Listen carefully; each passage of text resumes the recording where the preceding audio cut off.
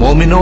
जब तुम नशे की हालत में हो तो जब तक उन अल्फाज को जो मुंह से कहो समझने न लगो, नमाज के पास न जाओ,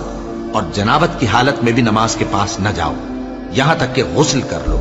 हाँ, अगर बहालत सफर रस्ते चले जा रहे हो और पानी न मिलने के सबब गुस्ल न कर सको तो तयम्मुम करके नमाज पढ़ लो, और अगर तुम बीमार हो या सफर में हो या कोई तुम में से बैतुल खला से होकर आया हो या तुमने औरतों से मुकारबत की हो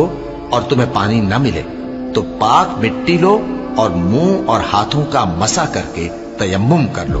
बेशक अल्लाह मुआफ करने वाला है, बख्शने वाला है। भला तुमने उन लोगों को नहीं देखा जिनको किताब से हिस्सा दिया गया था कि वो गुमराही को खरीदते हैं और चाहते हैं कि तुम भी रास्ते से भटक जाओ,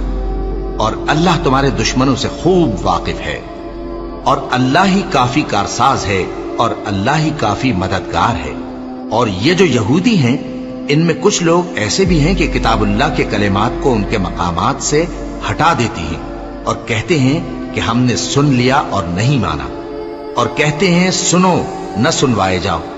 और जबान को मरोड़ कर और दीन में तान की राह से तुमसे गुफ्तगू के वक्त राइना कहती हैं। और अगर यूं कहते कि हमने सुन लिया और मान लिया और सिर्फ इस्मा और राइना की जगह उन्जुर न कहते तो उनके हक में बेहतर होता और बात भी बहुत दुरुस्त होती।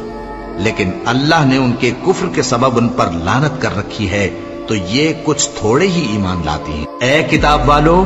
कबल इसके कि हम कुछ चेहरों को मिटा दें और फिर उनकी पीठ की तरफ फेर दें या उन पर इस तरह लानत करें जिस तरह हफ्ते वालों पर लानत की थी, हमारी नाजिल फरमाई हुई किताब पर जो तुम्हारी किताब की भी तस्दीक करती है, ईमान ले आओ। और अल्लाह ने जो हुक्म फरमाया सो समझ लो कि हो चुका। अल्लाह इस गुनाह को नहीं बख्शेगा कि किसी को उसका शरीक बनाया जाए, और इसके सिवा और गुनाह जिसको चाहे मुआफ कर दे, और जिसने अल्लाह का शरीक मुकर्रर किया उसने बड़ा बुहतान बांधा।